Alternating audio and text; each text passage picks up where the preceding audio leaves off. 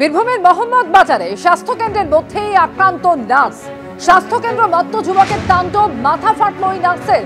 স্বাস্থ্যকেন্দ্রে দুষ্কৃতী হামলা চালায়, পাথর দিয়ে নার্সের মাথায় আঘাত করা হয়। আর এই হামলায় গুরুতর আহত হয়েছেন ওই নার্স। তার মাথায় 22টি সেলাই পড়েছে। স্বাস্থ্যকেন্দ্রের মধ্যেই মত্ত দুষ্কৃতী হামলা চালিয়েছে, গুরুতর আহত হয়েছেন ওই নার্স।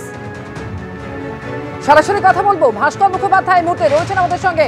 ভাস্কর, একেবারে স্বাস্থ্য কেন্দ্রের মধ্যেই এক মত্ত যুবক এভাবে হামলা চালালো, ঠিক কি ঘটেছে, কি অভিযোগ? দেখো, যেটা পুলিশ সূত্রে জানা যাচ্ছে যে ঘটনাটি ঘটে ঠিক সন্ধ্যের সময়, এবং এই যে নার্স তিনি যখন তার বাড়ি মানে তার ডিউটি শেষ হয়ে গেছে, বাড়ি ফেরার জন্য তিনি প্রস্তুতি নিচ্ছিলেন, সেই সময় এই অভিযুক্ত যুবক তিনি আসেন এবং তাকে বলেন যে আমার জ্বর হয়েছে, ওষুধ দিতে হবে। এবং তিনি বলেন যে কিছু ওষুধ তার এখানে রয়েছে স্বাস্থ্যকেন্দ্রে, সেগুলো তিনি দিতে পারবেন, বাকি ওষুধ দিতে পারবেন না।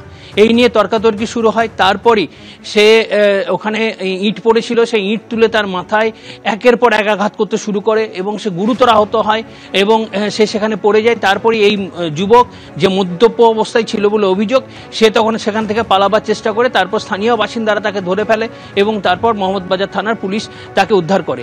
এই আহত নার্সের নাম হচ্ছে রীনা মণ্ডল এবং তাকে এই মুহূর্তে সিউড়ি সদর হাসপাতালে ভর্তি করা হয়েছে। তার 22টি সেলাই পড়েছে মাথায়।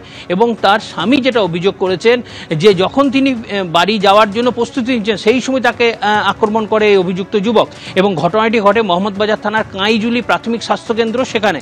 এবং তাকে একের পর এক ইট দিয়ে আঘাত করা হয় এবং তিনি পড়ে গিয়ে কোনোভাবে তিনি বাইরে আসেন। বাইরে এসে চিৎকার করতে শুরু করেন। সেই সময় সেখানে থাকা এক মহিলা তিনি ছুটে আসেন এবং তার চিৎকার শুনে আশেপাশে লোকজন ছুটে আসে। সেই সময় এই যুবক পালাবার চেষ্টা করে এবং এই যে প্রাথমিক স্বাস্থ্যকেন্দ্র তার পিছন দিক থেকে যে জঙ্গল মতো রয়েছে, সেইখানে সে পালিয়ে যায় এবং সেইখানে সে লুকিয়েছিল। তারপরে গ্রাম থেকে মোহাম্মদবাজার থানায় পুলিশকে খবর দেওয়া হয় এবং পুলিশ সঙ্গে সঙ্গে ছুটে আসে। তারপরে তাকে সেখানে স্থানীয় বাসিন্দারা প্রথমে ধরে, তারপর পুলিশ সেখান থেকে তাকে উদ্ধার করে নিয়ে যায়। এই মুহূর্তে তাকে মোহাম্মদবাজার থানায় রাখা হয়েছে এবং তাকে জেরা করা হচ্ছে যে কেন তিনি এই ঘটনা ঘটালেন বা কি কারণ, এর পেছনে কোনো শত্রুতা ছিল কিনা বা আগে কোনো ঝামেলা হয়েছিল কিনা। জেরা করা চলছে এবং জানার চেষ্টা করছেন যে কি কারণে এইভাবে হামলা চালালো ওই যুবক। মত্ত যুবকের একেবারে তাণ্ডব। এবং ওই নার্সের স্বামী তিনি যেটা অভিযোগ করছিলেন যে বাড়ি যাওয়ার প্রস্তুতি নিচ্ছিলেন ওই নার্স এবং সেই সময় আচমকা এই আক্রমণের ঘটনা ঘটে। একজন এসে নিয়ে দরজাটা বন্ধ করে দিয়ে ওর পর অ্যাটাক করে মানে টান যেটা করে, ও তখন বেরিয়ে আসার চেষ্টা করে। এবার বেরিয়ে এসে লক খুলে বেরিয়ে আসে, তখন ওকে এলো পাথাড়ি পাথর দিয়ে মারে। ওটা মাথাতেই 22টা স্টিচ পড়েছে। এবারে বাইরে বেরিয়ে এসে বেরিয়ে এসে মানে একদম পড়ে যায়, দরজা থেকে ছিটকে পড়ে গিয়ে বাইরে আসে। তখন মাচাও করে। তখন এক মুসলিম মহিলা এসে সঙ্গে আসে। তখন যে দুষ্কৃতীটা ছিল সে তখন পালিয়ে যায়।